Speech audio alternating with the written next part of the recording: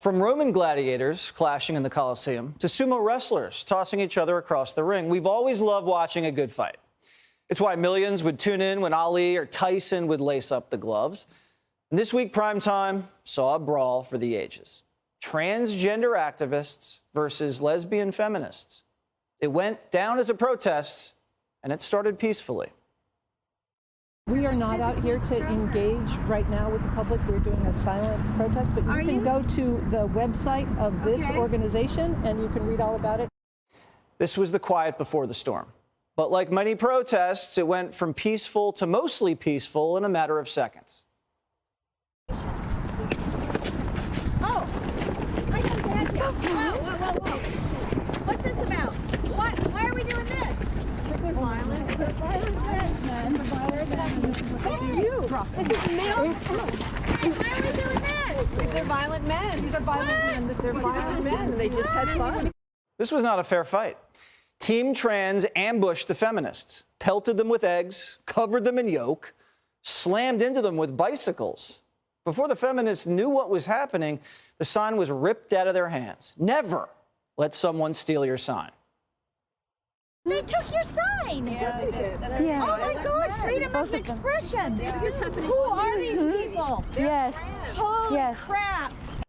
What was this all about anyway?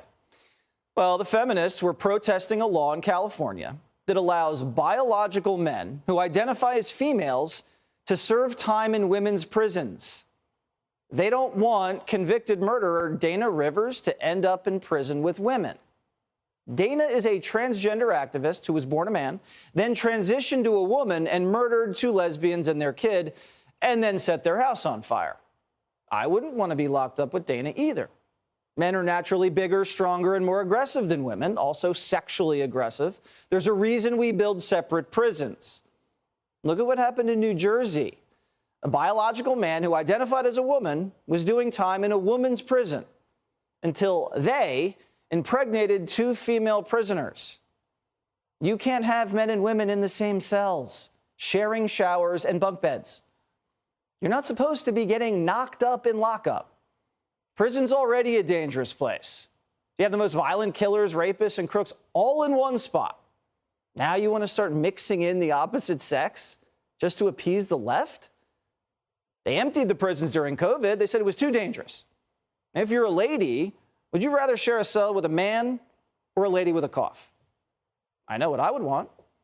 They always talk about how racist prison is, but when women are in real danger, you don't hear anything.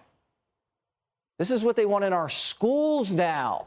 Boys in the girls' locker room, all in the name of being progressive, with no regard for safety. Where does this end? Douglas Murray is a Fox News contributor and the author of The War on the West. Did you ever think you'd see transgender versus radical feminists? Oh, yeah, Jesse, come on. We've seen this coming for years. I wrote about this 5 years ago in a book called The Madness of Crowds.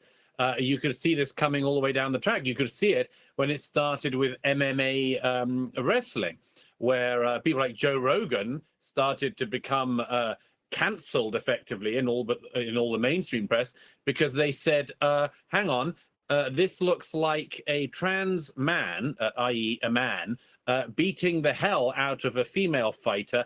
And are we sure this is what everyone is calling progressive?